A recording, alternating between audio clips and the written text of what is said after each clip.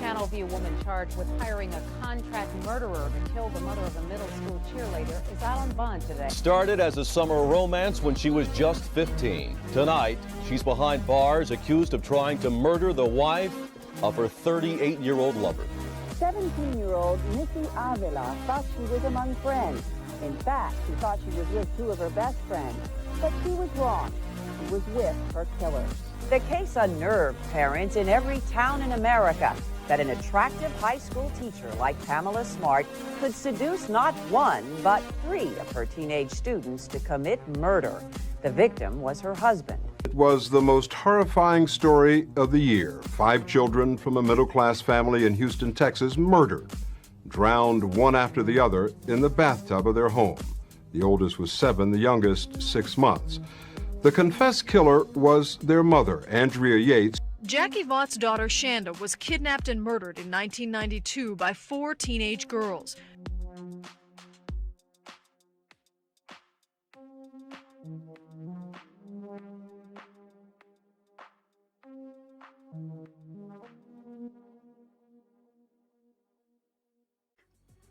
It was the early 90s in New York City. The decadence of the 80s nightclub is over, and there was a lull in the club scene. That's when a kid from Indiana arrived on the scene and everything changed. Michael Alig and his friends, known as Club Kids, were fixtures in the New York City club scene. Fueled by drugs, excess, and a personality some described as egotistical, Michael Alig went from the heights of fame and glory to being a prisoner in New York's prison system after the murder of Andre Angel Melendez. The story inspired the book Disco Bloodbath and the movie Party Monster, starring Macaulay Culkin and Seth Green.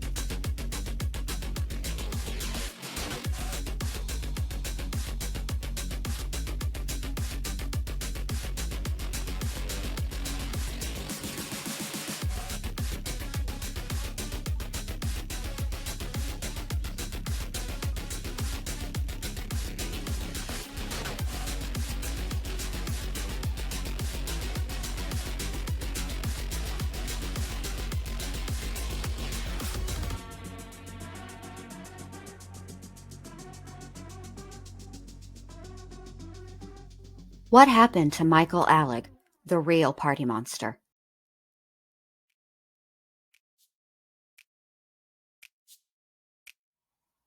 Michael is the second child born to John and Elkie Alig on April 29, 1966. The family lived in South Bend, Indiana, and that's where Michael grew up. Michael graduated from Penn High School in 1984 as a straight-A student in the top 8% of his class. However, he longed for a less conservative social environment than Indiana. He would later recall he was often bullied because he was gay. After graduation, he moved to New York City and attended Fordham University, where he studied architecture. Later, he transferred to the Fashion Institute of Technology. While at the Fashion Institute of Technology, he met Keith Haring's boyfriend, who would introduce him to New York City's nightlife. Alig dropped out of school and worked at Danceteria as a busboy. Working at Danceteria would change the entire trajectory of Michael's life. He studied the nightclub business and became a party promoter. Alig had found his niche. He became well known for staging memorable parties and rose quickly among the ranks of the party scene. This is when he met a group of friends that would become known as Club Kids. Alig and the Club Kids began creating fabulously flamboyant personalities such as Astro Earl, Ernie Glam, Gitsy, Jenny Telia, superstar DJ Kioki, Amanda Lepore, Richie Rich, Freeze, RuPaul, Walt Paper, and the celebutante James St. James. James described their look as, quote, part drag, part clown, and part infantilism. The Club Kids, notorious for their behavior, drew crowds to clubs and caught the media's attention, including Donahue, Geraldo, and the Joan Rivers Show, where Alig and his friends made appearances. On the surface, it would appear Alig rose through the ranks to become a club promoter easily and quickly. The truth is, Alig's ideas for parties were ignored by club impresario Rudolph Piper. Eventually, Piper reasoned either the idea was going to be successful, which was great, but if the idea sucked, he would get rid of the person and the problem would be solved. Alig's first party was the Filthy Mouth contest, where contestants would get on stage and yell insults and cuss at the audience. It was a success. However, Michael longed to be part of the celebutante circle of the club scene. These were the OGs of the scene. He was mostly ignored by them. They regarded Michael as annoying, equating him to a fly buzzing around that needed to be swatted. Even celebutante James St. James recalled the first time he met Alig that they clicked when they talked, but that Alig, quote, made me uncomfortable. He recalled he felt that way because he realized his era in the club scene was coming to an end, while Michael's was just getting started. James said it bothered him to no end. Rejected by the club celebutantes, Alig decided he would simply create his own scene. According to Wallpaper, Michael had his own crew that followed him like ducks. This crew would later be known as Club Kids. It wasn't until the opening of the club tunnel that Alig got a real chance to prove himself as the club promoter. Rudolph was having trouble filling the club's basement, which was also the VIP area. Michael approached him with an idea. He said he could fill the basement and it would be fabulous. Piper was skeptical because the drinking age had just risen from 18 to 21, and many believed that would be the end of young people going out. It was just the opposite. There were nights when the basement was literally filled with teenagers. Something the club patrons enjoyed, but it made Piper nervous. Alig's boyfriend, Kyoki, was the basement DJ. With his parties at the tunnel a success, Alig was ready to push boundaries even further. He began throwing outlaw parties. These were parties thrown in public places unbeknownst to the establishments. Alig threw these parties at Dunkin' Donuts, Burger King, a Subway, the post office on tax day, and once even on a public bus that Michael had stolen. Without cell phones and the internet, Michael would print flyers and hand them out, telling partygoers where to meet and at what time. You couldn't be fashionably late to these parties because the cops usually broke them up after about 15 minutes. Short as they were, these outlaw parties were a huge success and propelled Michael and his ego into infamy. Despite Alig's "the party never stops" approach to life, he wasn't into drugs. In fact, his friends said he could be quite annoying about it. He frequently seized his friends' drugs and flushed them down the toilet whenever he caught them with any. He would also fall down immediately after entering a club pretending to be drunk. Michael met famed club owner Peter Gatien, who hired him to promote his club, The Limelight. The Limelight building was formerly the site of the Episcopal Church of the Holy Communion. Gatien bought the building in 1982. The Limelight started out as a disco and rock club. To throw and promote a successful party at the Limelight was no easy task. By the 90s, people referred to it as the Slimelight. Alig began throwing themed parties using his boyfriend, superstar DJ Kyoki. Alig became well known not only for his parties, but for his crazy antics during the parties. He threw $100 bills on the floor just to watch people scramble for them. He also peed on club goers or in their drinks.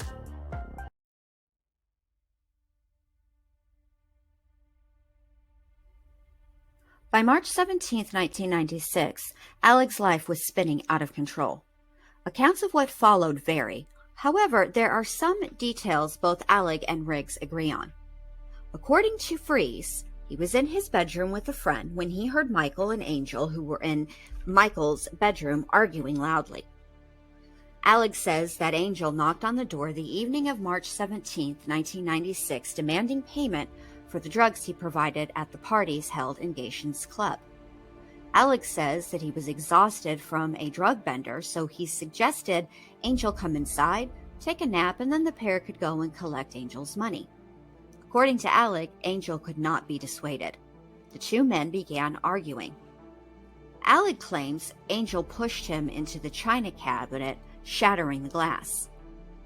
Free says he left his bedroom and headed towards Michael's bedroom, stating he paused briefly in front of Alig's door and he heard Alig yelling, "Help me! "Get him off me." Freeze opened the door and Angel said, "Stay out." Freeze claims Angel grabbed Alig around the neck or the shoulder and began shaking him violently while exclaiming, "You better get my money or I'll break your neck," or something to that effect. Alig, however, recalls that Freeze argued with Angel and said, "You always get like this, Angel, and that's why nobody likes you." Freeze says Michael looked right into his eyes with a sort of pleading look. That's when he grabbed the hammer from the closet.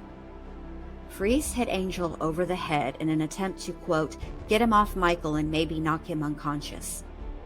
Freeze's confession goes on stating that he was in a panic at the level of anger Angel displayed. He further contends that after the first strike, Angel turned and grabbed for the hammer. Freeze struck him a second time, causing Angel to, quote, "start to go down, but he was still pissed and went for Michael again," end quote. Angel was struck with the hammer for the third and final time. Freeze contends that Michael got on top of Angel's chest to strangle him with his hands. Quote, "I yelled, 'What are you doing? What's wrong with you?' Michael seemed to be very angry at this point and was cursing at Angel. He then put a pillow over Angel's face. I made him stop by either telling him to stop or pushing him off of Angel," end quote. Alig, in the documentary Glory Days, says that he remembers using a sweatshirt to smother Angel. Freeze wrote that after stopping Michael from strangling Angel, he left the room and walked into the living room and possibly the bedroom. When Riggs returned to the bedroom, he wrote, quote, "Michael was beside the body again. I noticed a broken syringe on the floor by the body, and Michael was pouring something from the bathroom, some cleaner or chemical, into Angel's mouth. I again screamed, 'What are you doing? What is your problem? He's out!'" End quote. Next, Freeze and Michael put duct tape around Angel's mouth. Freeze left the room again. When he returned, Angel was completely undressed down to only his underwear. The pair then put Angel's body in the bathtub and closed the bathroom door. Alig maintains that Disco Bloodbath and the movie based on it, Party Monster, fictionalized the scene portraying Michael injecting Angel with a Drano-filled syringe. Alig says that after placing Angel's body in a tub filled with ice, he poured Drano and baking soda over him. Next, he stole the drugs Angel had on him, left the apartment with Freeze, and spent the next 7 days in a drug-fueled haze. Eventually, Freeze and Michael returned to the apartment. Now, according to Freeze's confession, when they returned, they realized that they had to deal with Angel's body immediately. After negotiating, it was decided that Alig would handle the dismemberment in exchange for 10 bags of heroin. However, many of their friends' accounts recall being at the apartment multiple times and it smelling horrible. When they inquired as to the smell, they were told it was a plumbing issue. Freeze said after they agreed upon who would do what, he left the apartment headed for Macy's. He purchased 3 large knives, 2 chef knives, and 1 cleaver. Freeze says Michael went into the bathroom alone. Alig says that after doing enough heroin that they could possibly OD, which would, quote, have been fine too, end quote, he set about dismembering Angel's body while Freeze stood in the bathroom doorway spritzing Calvin Klein's Eternity cologne. An irony, Alig remembers, that was not lost on him. At any rate, once the body had been dismembered, they placed Angel's legs into plastic bags. Then 1 leg at a time, smuggled them out of the apartment building in duffel bags. They threw the duffel bags into the Hudson River. The next day, Freeze went downstairs to the building's storage area where he retrieved a large cardboard box. In an effort to attempt to conceal the box being traced, he cut off the UPC code. Michael then placed the rest of Angel's body into a large garbage bag. In his confession, Freeze couldn't remember if Angel's torso, arms, and head had been wrapped in a sheet prior to being placed in the garbage bag. Freeze then placed the first bag inside another trash bag and secured it with tape. In an attempt to mask the odor, he poured baking soda into the box. He used a broom handle to reinforce the box to keep it from collapsing. The partying continued. Ashro would recall in his interview in the documentary Glory Days, The Life and Times of Michael Alig, that he had placed his cocktail on the box containing Angel's torso. He further recalled that Alig, wearing Angel's signature boots, sat next to him, crossed his legs, and began swinging the top leg up and down while asking, "Who's missing, Astro?" repeatedly. A few days later, Alig and Freeze loaded the box into an elevator, used a luggage cart to wheel it through the lobby and into the trunk of a waiting yellow cab. The cab driver helped the pair secure the box in the trunk and then drove them to the river. Once there, he again assisted them by removing the box from the trunk, after which the box was thrown in the Hudson River.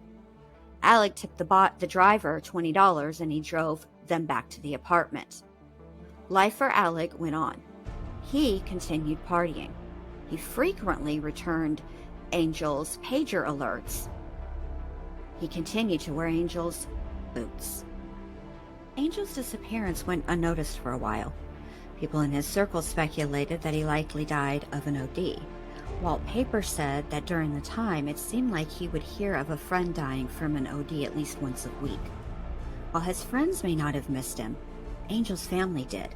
His brother began papering Angel's known haunts with missing posters. This caused Angel's friends to now suspect something sinister had happened to Angel. Knowing Angel was Alig's roommate, they asked him if he knew anything. Michael would tell them he killed him, chopped up his body, and threw it in the Hudson. They all thought Alig was joking. Well, except journalist Michael Musto. Musto heard the rumor repeated by Alig's friends, who would always end with, quote, "You didn't hear it from me," end quote. Musto reported the rumors of Angel's murder in a blind item in his Village Voice column on April 26, 1996. The blind item contained many facts about Angel's murder. The New York Post's page 6 column ran a lead item about the murder mystery the next day, also citing Musto's column. There was also a New York Magazine piece written about the mystery that included a quote from Alig. Despite the rumors, the articles, and Angel's family pleading to investigate Alig, the police still did not question him. According to reports, this was because law enforcement was focused on Alig's former boss, Peter Gatien, and they wanted Michael to testify against him. Months passed, and many believed Alig would get away with murder, until a mysterious box washed up on Oakwood Beach at Miller Field in New Dorp, Staten Island. A group of children playing in the water spotted the box. Believing it may contain treasure, they used sticks to poke at it. That's when they saw an arm. The police were called, and the box containing the remains was sent to the coroner for autopsy and identification. A forensic anthropologist was brought in and determined the person's race to be Asian. Still more time passed before the remains were correctly identified and connected to Alig. By chance, one of the detectives saw the article written by Musto containing details of a murder that matched the injuries on their unidentified male. In November 1996, the coroner officially reported the body as that of Andre Angel Melendez. Alig, along with his new drug dealer boyfriend Brian, fled New York. The pair were traced to a motel in Toms River, New Jersey. Posing as hotel maintenance, law enforcement knocked on the room occupied by the couple and arrested Alig. Shortly after Alig's arrest, Robert Freeze Riggs was arrested. Riggs wrote a 4-page confession shortly after his arrest. Alig maintained he killed Angel in self-defense and disposed of his body in a panic, claiming the amount of drugs Angel had in his possession prevented him from calling the police to report what happened. Alig would say in glory days that he feared he would be arrested for the drugs and wondered how he would be able to get heroin in jail. The prosecutor, still hopeful Alig would testify against Peter Gatien, were hesitant to charge him with first-degree murder. Eventually, Riggs and Alig were offered plea deals. On October 1st, 1997, Riggs and Alig pleaded guilty to manslaughter and were sentenced to 10 to 20 years. Alig was frequently transferred while in the New York State prison system. He spent time in the psychiatric ward at Rikers Island. In 2000, while at Southport Correctional Facility, he was placed in solitary confinement for heroin use. He remained in solitary confinement for another 2.5 years after a failed drug test. In August of 2004, James St. James starts a blog called Phone Calls from a Felon. The blog contained transcripts of calls from Alig while in prison. It ran for 6 weeks until Alig claimed, quote, "People are going to think I'm having a grand old time, or that I'm trying to exploit my situation," end quote. Alig was moved to Elmira Correctional Facility that year. On November 1st, 2006, Alig's first parole request was denied. In July 2008, Alig was denied parole again after failing several drug tests. In 2009, Alig finally stopped using drugs. On May 5th, 2014, Alig was paroled. Reports surfaced Alig was attempting to sell his memoirs as well as pursuing a career as a magazine writer. On September 7th, 2014, Alig and fellow club kid Ernie Glam host the PU Show on YouTube. On October 15th, 2014, Alig released a pop song called What's In. In May of 2015, a selection of his paintings went on display at the Select Fair in New York.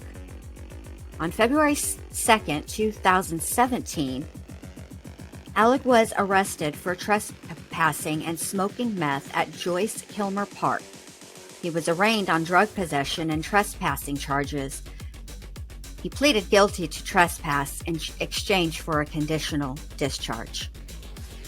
On December 24th, 2020, shortly before midnight, Alig was found unconscious by his boyfriend. He was pronounced dead at the scene. Michael Alig was 54. In May 2021, the Office of the Chief Medical Examiner verified Michael Alig died from acute intoxication from fentanyl, acetylfentanyl, heroin, and methamphetamine.